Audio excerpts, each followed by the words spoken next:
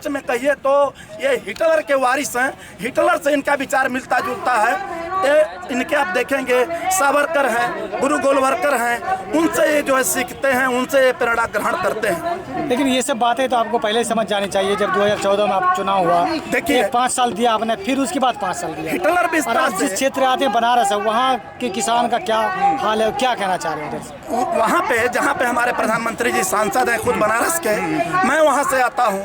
हमारे यहाँ जो है चंदौली के सांसद महेंद्र नाथ पांडे जी हैं, जो कैबिनेट मिनिस्टर हैं। लेकिन मैं कहना चाहूँगा, चाहे सरकार जितनी लंबी चौड़ी बात करे, लेकिन चंदौली में 1300 रुपये 1200 रुपये क्विंटल धान की खरीदारी की गई है। लोगों ने बिचौलियों को बेचने के लिए लोगों ने मजबूर हुआ है। और सरकार चाहे डींग हाँक रही थी। उत्तर प्रदेश का कृषि उत्पादन आयुक्त कह रहा था, जब धान की कटनी चल रही थी तभी कह रहा था कि हमारे यहाँ 1.5 गुना धान ज़्यादा खरीदारी हो चुकी है जी। तो ये सब चीज़ें बहुत पहले से हो रही है, फिर भी सरकार हर स्टेट में क्यों बन रही है बीजेपी की सरकार? नहीं, ऐसा नहीं है। आप जरा देखेंगे तो यह सवाल उठ रहा है, और जो कह लीजिए कि ग्रास रूट लेवल पर भी सरकार के खिलाफ प्रोटेस्ट भी हो रहा है। सरकार के परसेंट वोट पा करके सत्ता में आई, इसको भी आप जानते हैं। दूसरी बात, जो चंदौली में और बनारस के अंदर एक कह लीजिए कि बड़ा फिगर था मोदी जी का, लेकिन उनके अगेंस्ट जो चुनाव लड़े दिल्ली के मुख्यमंत्री, उनको भी एक बड़ा जो है कह लीजिए कि बड़े सेक्शन का उनको भी वोट प्राप्त हुआ था। ये हम नहीं कह सकते हैं कि नहीं इनकी नीतियां अच्छी थी या इनके जो काम काज अच्छे थे इसलिए लोगों ने समर्थन कर दिया। अच्छा सर, आप पूर्वांचल से आते हैं। पूर्वांचलों के किसानों की तादाद यहाँ बहुत कम रही है। क्या आंदोलन वहाँ पे व्यापक नहीं हो पाया, या फिर मुख्यमंत्री योगी आदित्यनाथ से लोगों को डर ज़्यादा है?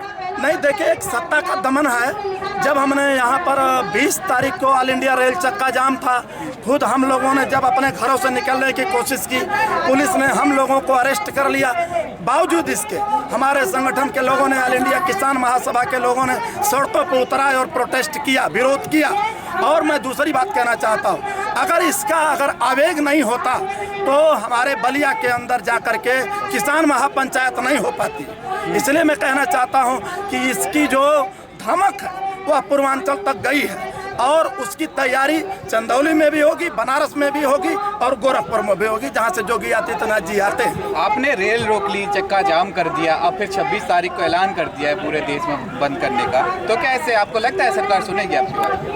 देखिए, हमारे पास जो डेमोक्रेटिक रास्ता है, जो लोकतांत्रिक रास्ता है, उसके अलावा और कोई रास्ता नहीं है। हम कदम दर कदम आगे बढ़ते चलेंगे और हम अपने लड़ाई को आम जन से जोड़ेंगे, हम आम जनता को जोड़ेंगे। यह सिर्फ किसानों का मसला नहीं है, यह मजदूरों का मसला है। तो वो तमाम जो पीडीएस के राशन लेने वाले मजदूर हैं, गरीब हैं, वह सवाल उनका भी है। इसलिए हम उनको भी अवेयर कर रहे हैं, उनको भी इस आंदोलन से जोड़ रहे हैं कि लड़ाई सिर्फ किसानों की नहीं है, ये लड़ाई मजदूरों की भी है। जो राशनिक प्रणाली है वह ध्वस्त होने जा रही है, वह कारपोरेट के गोदामों में बंद होने जा रही है। आपका ये आंदोलन किसानों का अब राजनीति रंग ले चुका है, क्योंकि बंगाल में आप पहुंच गए हैं। जी बिल्कुल, पंजाब चुनाव भी वहाँ पे। हाँ बिल्कुल, हमारे जो किसान नेता हैं वो बंगाल में भी हैं, और जहाँ जहाँ चुनाव हो रहे हैं हम सब जगह जो है बीजेपी हराओ का अभियान हम लोगों ने शुरू किया है। कि जो सरकार बिल्कुल जन विरोधी हो चुकी है, किसान विरोधी हो चुकी है, उन सरकारों के खिलाफ उस तरह के लोगों को हम बिल्कुल सत्ता से बाइकाट करने की अपील करेंगे। किसान नेताओं की एक बड़ी कमी जो देखी जा रही है,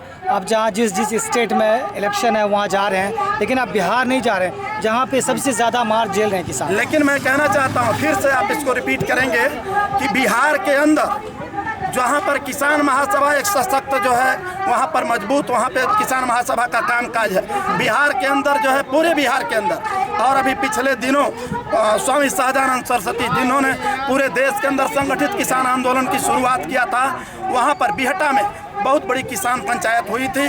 और इस सवाल को लेकर के अभी विधानसभा पे मार्च है हम लोगों का बिहार के अंदर, उसको लेकर के हम पूरे बिहार में रथ यात्रा, किसान रथ यात्रा शुरू किए हैं। आप बीजेपी के खिलाफ महापंचायतें कर रही है या किसानों को जागरूक करने के लिए?